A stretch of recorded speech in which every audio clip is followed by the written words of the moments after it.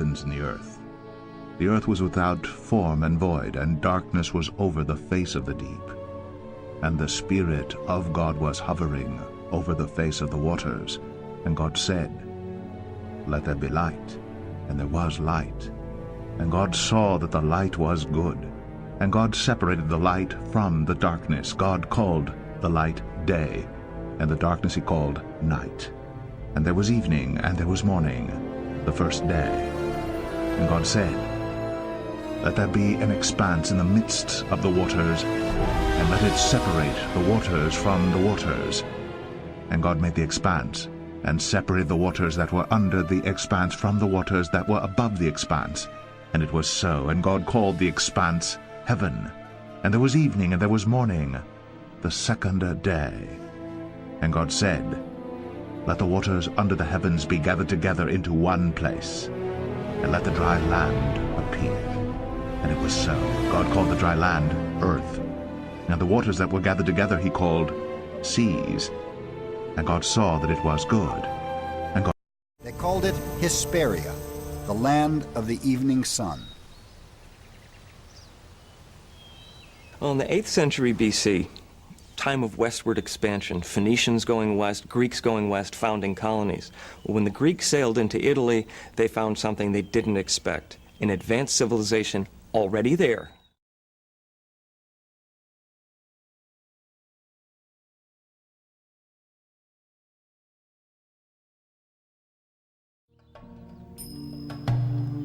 Here in the hills of Tuscany, there were already walled cities. There were kings and high priests. There were skillful craftsmen who created a tender and sensuous art like no other in the Mediterranean. And there were traders ready to barter the finest gold and ironwork the ancient world had ever seen.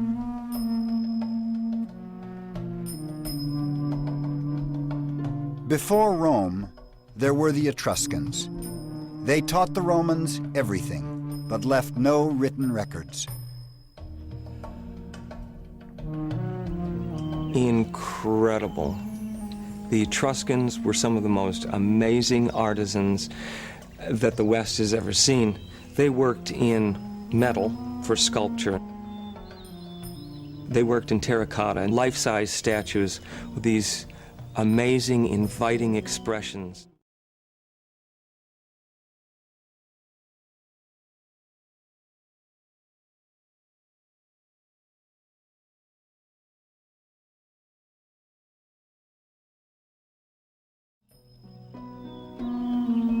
The Etruscans lived in the fertile hills of Tuscany.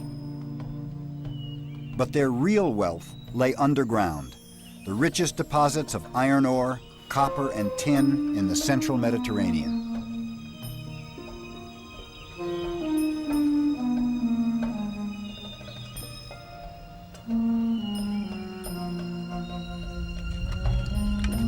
As early as 700 BC, they created shafts, tunnels, subterranean galleries,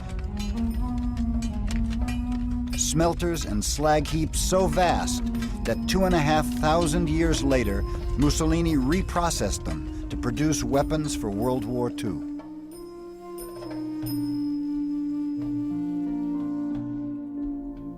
Etruscans traded their metalwork as far afield as Syria, Portugal, and even Sweden.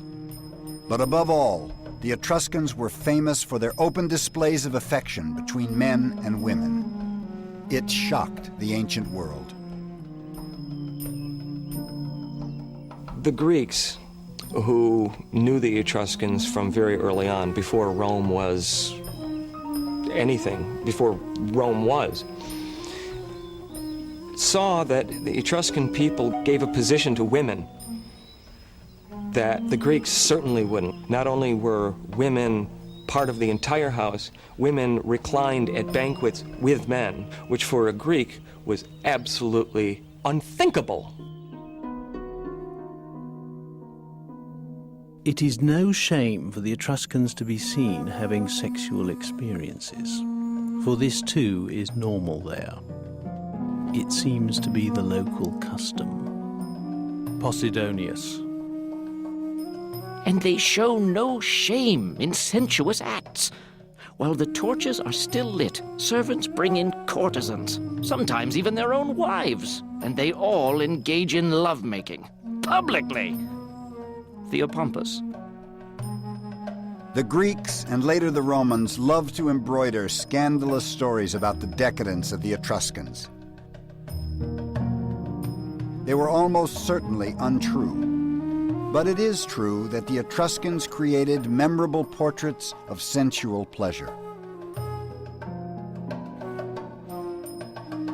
After the Etruscans, the idea of portraying such intimacy between men and women disappeared from Western art for almost 2,000 years.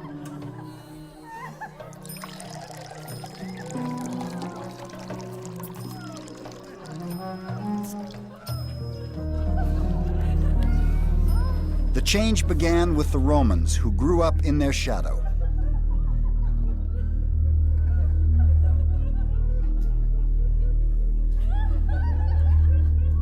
The first Romans were primitive, tough backwoodsmen. They resented the Etruscans, but had everything to learn from them, including the darker sides of civilization. Like all ancient people, the Etruscans were rigidly divided by class. Brutal rituals enforced the power and prestige of the nobility. Etruscans staged games at the funerals of important men. The losers were killed. Their blood celebrated the prestige of the dead man and was an offering to his spirit.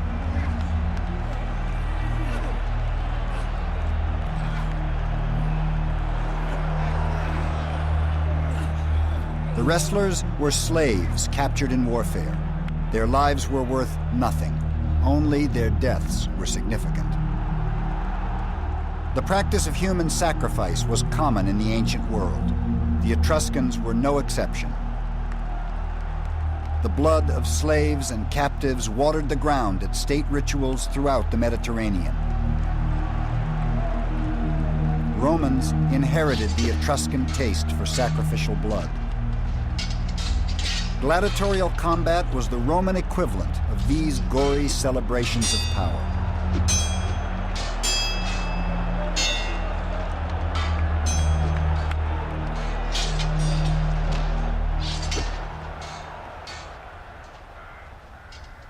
Rome took everything from the Etruscans. Etruscan engineers showed them how to drain the marshes where Rome now stands and channel the water into underground sewers. Etruscan architects and builders laid out the Roman Forum as a public square in the 7th century BC.